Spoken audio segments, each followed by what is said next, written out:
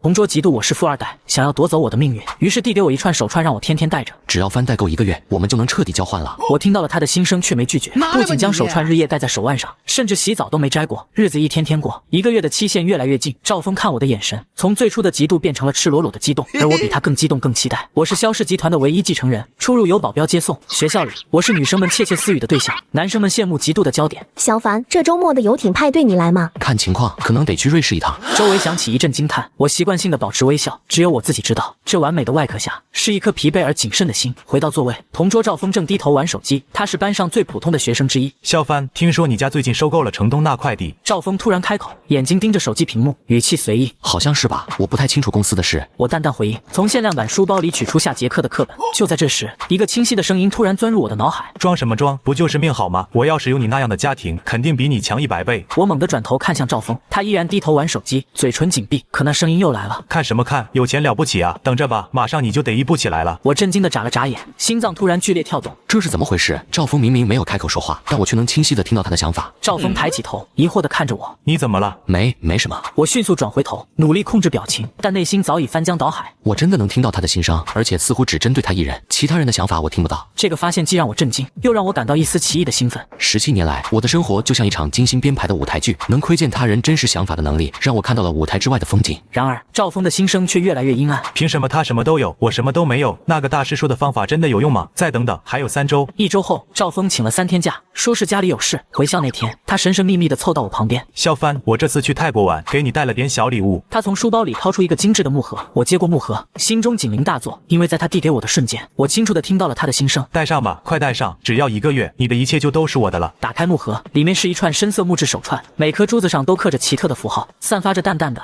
说不清的香气。这是泰国高僧开过光的，能保平安招财运。我看你平时什么都不缺，但这个可是心意。我拿起手串，看上去确实像一件不错的工艺品。如果不是能听到赵峰的心声，我可能会真心感谢他的礼物。快带上啊，还等什么？他的心声急切地催促着。很漂亮，谢谢你。我微笑着，慢慢将手串戴在左手腕上，在戴上的瞬间，一股凉意顺着腕部蔓延开来，但很快消失了。赵峰的眼中闪过一丝难以掩饰的狂喜，虽然他表面依旧平静。记得每天戴着啊，洗澡也别摘，这样才能灵验。对，千万别摘，1天都不能少，整整30天。好，我会的。我从赵峰的心声片段中逐渐拼凑出了真相。这串手串是一种媒介，只要我连续佩戴30天，就能和他交换身体和命运。他去了泰国，就是为了找到夺取我的方法，多么可笑！他羡慕我拥有的一切，却不知道那光鲜亮丽的外表下隐藏着怎样可怕的真相。戴上赵峰送的手串后，生活似乎没什么变化，只有我自己知道，一场命运的交换正在悄然进行。每天我都能从赵峰的心声中听到倒计时：快了，半个月，再坚持半个月。他看我的眼神越来越炽热，嘴角挂着诡异的微笑，而我则按照他的期望，一天24小时都戴着手串，连洗澡睡觉都不摘下。一个周五的下午，赵峰无意中提起：肖帆，你觉不觉得戴上这个手串后，运气变好了？我看着他眼中隐藏的试探，轻轻摇头：还好吧，我运气一直都不错。当然不错，你的一切马上就是我的了。对了，下个月初有个数学竞赛，你参加吗？应该会。还有12天，到时候你就不是肖帆了，参赛的会是我。晚上回到家，偌大的豪宅空旷冷清，我站在落地窗前，俯瞰城市的夜景。万家灯火中，哪一盏是温暖的呢？手机响起，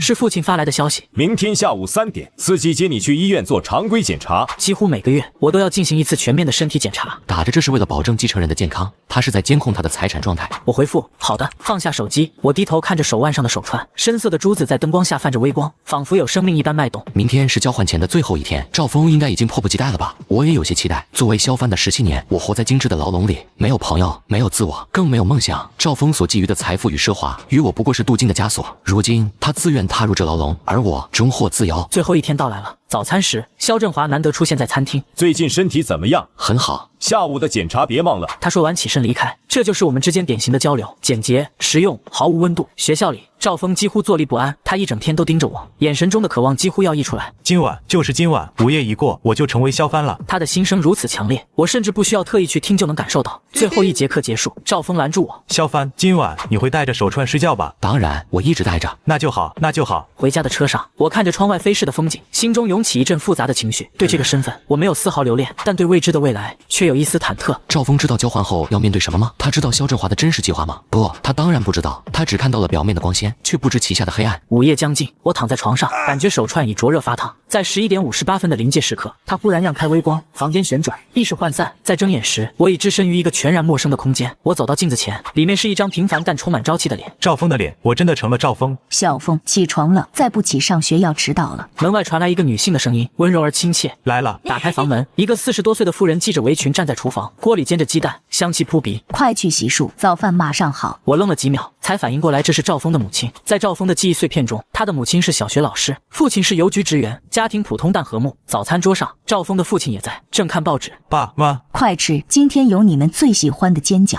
一顿简单的早餐，却让我眼眶发热。17年来，肖家的餐桌总是太长，人太少，食物太精致，气氛也冷得像冰。校门口，赵峰正从我曾经的豪车下来，身着华服，被众人簇拥。我们目光相撞，他回以胜利的微笑，转身离去。我深吸一口气，走向教学楼。从此刻起，我是赵峰。成为赵峰的第一天，一切都陌生又新鲜。中午，我拿出母亲准备的午餐盒，糖醋排骨的香味引来班上另一个叫王明的同学的注意。你妈做的，闻起来真香，要不要尝尝？我们分享着午餐，聊着游戏和篮球，这种简单的互动让我感到前所未有的轻松。与此同时，肖帆在教室里趾高气扬，他故意大声谈论周末的游艇派对，展示手腕上的名表，享受着众人的注目。小凡，你今天好像特别开心。当然，我觉得今天是个新的开始。他的目光穿过人群，落在我身上，充满了胜利者的优越感。放学时，肖帆特意走到我面前，怎么样？普通人的生活还习惯吗？还不错。嘴硬，不过没关系，你很快就会明白我们之间的差距了。你享受了17年的好命，以后这命就是我的了。祝你一切顺利。他似乎被我的反应搞懵了，皱了皱眉，转身走向等待他的豪车。我看着他离去的背影，思考着接下来该怎么办。赵峰的父母并不富裕，但供他上大学应该没问题。我需要重新规划未来，也许可以考个好大学，找份工作，过普通人的生活。成为赵峰3周，我适应了平凡的一切，更在养父母身上找到了家的感觉。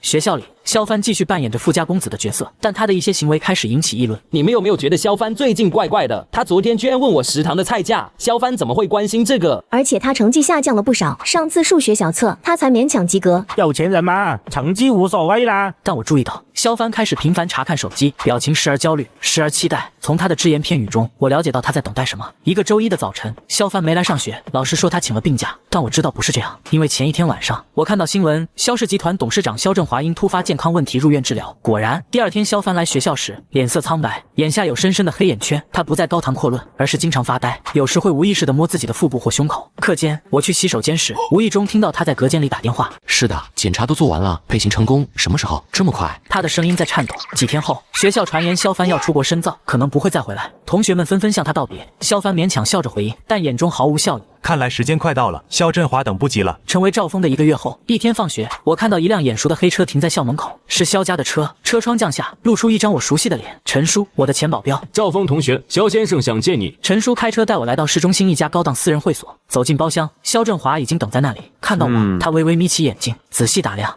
我一言坐下，心中警惕。肖振华不知道身体交换的事，在他眼中，我只是赵峰，一个普通学生。赵峰同学，我听说你和肖帆是同桌。是的，肖叔叔。肖帆最近有些变化，你注意到了吗？他好像有些心事。肖振华点点头，沉默了一会儿。赵峰，我想请你帮个忙，肖帆可能需要住院一段时间，如果你有空，可以去看看他，毕竟你们是朋友。朋友？肖帆从未有过朋友。我心中冷笑，但表面还是顺从的点头。好的，肖叔叔，这是给你的一点心意，感谢你对肖帆的关心。他推过来一个信封，厚度可观。不用了，肖叔叔，同学之间互相关心是应该的。肖振华眼中闪过一丝惊讶，重新打量我。你是个好孩子，其实我还有一个不情之请，肖帆要做个手术，需要一些帮助，如果你愿意，可以做些检查，看看是否适合捐献，当然会有丰厚的补偿。来了，我终于等到这一刻。捐献什么？一些常规的医疗帮助。肖帆的身体有些特殊需要，如果你愿意帮忙，你的家庭会得到很好的照顾，你未来的学业、工作我都可以安排。我低下头，假装思考。肖振华以为我在权衡利弊，实际上我在压抑心中的愤怒和悲哀。这个坐在我对面的男人，我的创造者，准备牺牲一个18岁的少年来延长自己的生命。无论那少年是谁，在他眼中，我们都只是零件，可以替换的零件。我需要和父母商量。当然，想好了联系我，记住，这是个改变命运的机会。离开会所，我握紧了那张肖振华递给我的名片。改变命运，是的，但不是我，而是你肖振华自己。他不知道，他精心准备的工体已经逃脱了，而现在进入圈套的是一个贪婪的闯入者。与肖振华见面后，我更加加关注肖帆的情况。他请假越来越频繁，即使来学校，也常常面色苍白，精神萎靡。同学们开始议论纷纷，肖帆是不是得了什么重病？听说他可能要休学。真可惜，这么年轻。只有我知道真相。每一次肖帆请假，都是去做术前检查。肖振华在加快进度，他的身体状况可能比表面看起来更糟。一天放学，我在公交站等车时，肖帆突然出现。赵峰，你知道肖家的事吗？他眼中有一丝我从未见过的恐惧。什么事？肖振华，他不对劲，他看我的眼神不像父亲看儿子，更像屠夫看牲口。我感到一阵复杂的情绪。这个占据了我身体的少年，曾经那么渴望成为肖帆，现在却开始察觉真相。也许你多心了。不，我听到他和医生的谈话，他们说宫体配型移植计划。赵峰，你了解肖帆吗？他有什么病史吗？我不太清楚，但我听说肖帆是试管婴儿，这是真话。在肖家的官方故事里，肖帆是肖振华晚年得子，通过先进医疗技术诞生的继承人，但真相要黑暗得多。试管婴儿？他喃喃自语，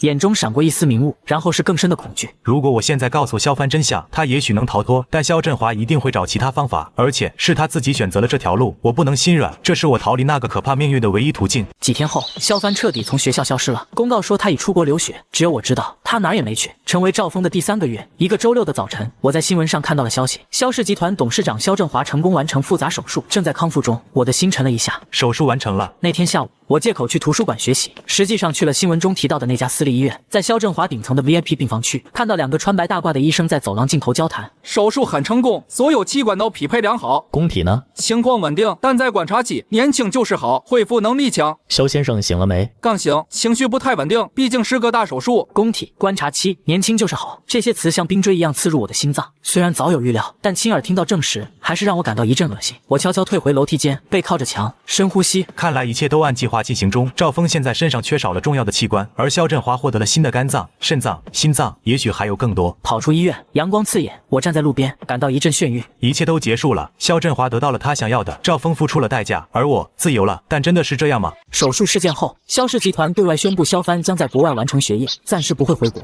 媒体偶尔会拍到肖振华康复后参加活动的照片，他看起来确实年轻了不少，精力充沛。而我作为赵峰，也全心投入学习中。几次模拟考后，我已经稳居年级前10，老师对我刮目相看。赵峰的父母更是喜出望外。晚饭时，父亲难得主动问我：小峰，你想考什么大学？我想学医。怎么突然想学医？以前没听你说过。就是觉得可以帮助别人，这是部分原因。更深层的是，我想了解生命的奥秘，想弄清楚像我这样的存在究竟意味着什么。只要你喜欢，我们都支持。那一刻，我感到真正的幸福，这种被无条件支持和爱的感觉，是我从未体验过的。然而，平静的生活下仍有暗流。一个周末，我收到一条陌生号码的信息。我知道你是谁，我们需要谈谈。会知道？难道是肖家的人发现了真相？我回复你是谁？明天下午3点，中央公园湖边长椅，一个人来。我犹豫了很久，这可能是个陷阱，但也可能是转机。最终，我决定赴约。中央公园的湖边长椅上，已经坐了一个人。我走近时，他抬起头。赵峰，是我，你是谁？他摘下墨镜，露出一张憔悴但精致的脸，我认出了他。林婉，肖振华的前妻，肖帆名义上的母亲。在肖家时，我很少见到他，只知道他和肖振华分居多年，住在国外。你可能不认识我，但我认识你，或者说认识曾经的你。我保持沉默，等待他继续。肖帆，或者说现在应该叫你赵峰。他的话让我浑身一震，我努力保持平静。我不明白你在说什么。别装了，我知道身体交换的事。赵峰去泰国找的方法是我暗中引导的。为什么？我想救你。肖振华创造你时，我就反对，他只想培育一个完美的宫体。我看着你像工具一样被培养，无法忍受。所以当赵峰研究身体交换时，我暗中帮了他。我知道他会找到你，而你这聪明的孩子一定会抓住这个机会。我消化着这个信息，所以这一切不是偶然，而是有人暗中干预。赵峰现在怎么样了？手术很成功。对肖振华来说，单宫体赵峰的身体接受了太多器官移植，虽然还活着，但情况不乐观。他在一个私人疗养院被密切监控。他还清醒吗？大部分时间昏迷，即使醒来也无法正常交流。他得到了他想要的财富和地位，但可能永远无法享受了。你为什么要告诉我这些？因为我想赎罪。我帮助了你逃脱，但也间接害了赵峰。现在我需要你的帮助。我能做什么？揭露真相。肖振华的行为是非法的、不道德的。他创造克隆人作为器官宫体，这违背了所有伦理准则。但他权势太大，我一个人做不到。我想起赵峰的父母，想起他们温暖的笑容。如果卷入这件事，可能会让他们陷入危险。我需要时间考虑。当然，这是我的联系方式。如果你想通了，联系我。他递给我一张卡片，然后离开了。我独自坐在长椅上，刚刚获得的平静生活又要被打乱了吗？揭露真相意味着对抗萧氏集团，但如果不揭露，萧振华可能会继续他的计划，寻找下一个工体。晚上，我打开电脑，犹豫再三，还是给林婉发了一封邮件。我需要更多信息，萧振华的实验记录、证据。几小时后，我收到了回复，附件里有大量文件、实验日志、医疗记录、资金流向，甚至有我萧帆克隆体的培养记录。我颤抖着打开，我看到令人发指的记录，还有其他克隆体，但大多数在培养过程中失败。我的成长过程被严格控制，饮食、运动，甚至社交都被设计成最优工体状态。最后一页是一份计划表，18岁全面器官移植手术，随后处理工体。萧振华不仅对我如此，对那些失败的克隆体也是如此。在他眼中，生命只是可以制造和丢弃的工具。那一夜，我几乎没有睡。天亮时，我做出了决定，我给林婉回信，我加入，但需要保证我家人的安全。我已经安排好了，如果你同意，你和你的家人可以搬到安全的地方。我们有支持者，包括一些有良知的科学家和律师。我走出房间，父母已经在准备早餐，看着他们忙碌的背影，我知道我必须保护这样的生活，不仅为自己，也为所有可能成为下一个工体的无辜生命。爸妈，有件事我想和你们谈谈。向赵峰的父母解释真相是最困难的部分，我选择性的告诉他们，我卷入了一个大人物的非法医疗实验，现在需要暂时离开以确保安全。让我惊讶的是，他们没有多问，只是紧紧拥抱了我。无论发生了什么，你都是我们的儿子，我们会支持你的决定。按林婉计划，我们迁居小镇，赵峰父母找到新工作，我则在家自学备考。与此同时，林婉团队开始行动，向媒体、伦理机构与国际组织逐步释放证据。萧氏集团曾试图压制，但因证据确凿，议题骇人。克隆人、器官农场、富豪以年轻生命续命，消息迅速引爆全球，激起公愤。萧振华试图辩解，但在一个克隆体日记被公开后，舆论彻底倒向了对立面。那是我作为萧帆时秘密写的日记，记录了成长的孤独、对自身存在的怀疑，以及对父亲逐渐加深的恐惧。林婉选择在关键时刻公开，迅速引起了公众的强烈共鸣。在舆论的压力下，政府展开了全面调查，萧氏集团的股票暴跌，萧振华被限制出境，等待法律审判。1个月后，林婉来小镇看我，她看起来疲惫但轻松。萧振华被正式起诉了，罪名包括非法人体实验、故意伤害、违反伦理法等10多项。他告诉我，他的医疗团队也都被调查了。赵峰呢？医疗团队在全力维持他的生命，但情况不乐观，太多器官移植，他的身体产生了严重的排斥反应，即使能活下来，生活质量也会很差。我能看待他吗？这可能有风险。没事，请安排。几天后，在严密的安保下，来到那家私人疗养院。赵峰躺在无菌病房里，身上插满了管子，他的脸苍白消瘦，几乎认不出来。他大部分时间处于昏迷状态，偶尔醒来，但意识模糊。我站在玻璃窗外，看着那个曾经那么渴望成为萧帆的少年，他得到了他想要的一切，却也失去了一切。对不起。1年后，我以赵峰的身份参加了高考，成绩优异，被一所顶尖医科大学的临床医学专业录取。入学后，我全身心投入学习。大学第2年，萧振华的审判终于有了结果，因多项罪名成立，他被判处终身监禁，不得假释。他的医疗团队主要成员也获刑不等。萧氏集团解体，部分资产被没收，部分用于赔偿受害者。审判结束后，林婉再次联系我。审判结束了，但我们的工作还没完，还有很多法律漏洞需要填补，公众意识需要提高。你愿意加入我们吗？作为亲历者，你的声音很重要。最终，我答应了林婉，但要求匿名参与。我提供专业知识，协助制定伦理准则，但不出面演讲或接受采访。我需要保护我的家人，也需要保护自己来之不易的平凡生活。